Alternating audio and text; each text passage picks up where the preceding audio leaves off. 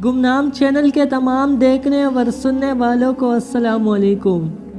दोस्तों, एक मर्तबा एक शेर शिकार पर निकला तो अपने साथ लोमड़ी और रीछ को भी ले लिया। शेर ने 3 शिकार किए, एक हिरन का, एक गाय और एक खरगोश का। वापसी पर रीछ बड़ा इतरा कर चलने लगा कि शिकार में हमारा हिस्सा भी है। शेर बांप गया। इसने रीछ से कहा कि शिकार के मुतल्लिक क्या कहते हो। उसने कहा कि शिकार 3 हिस्सों में बटेगा। शेर ने कहा अच्छा, फिर करो 3 हिस्से।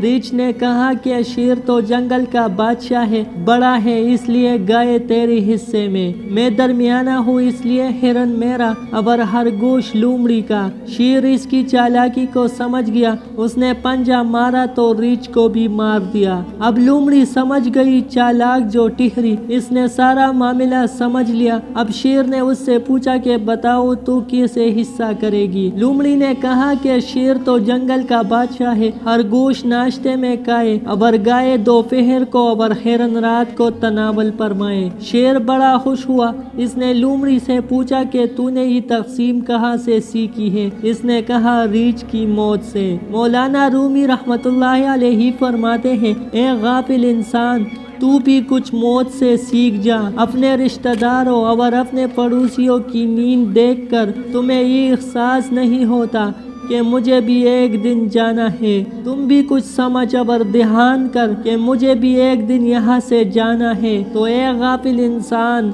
अपने बारे में सोच। अल्लाह ताला हम सबको सही राह पर चलने की तौफीक अता फरमा दे।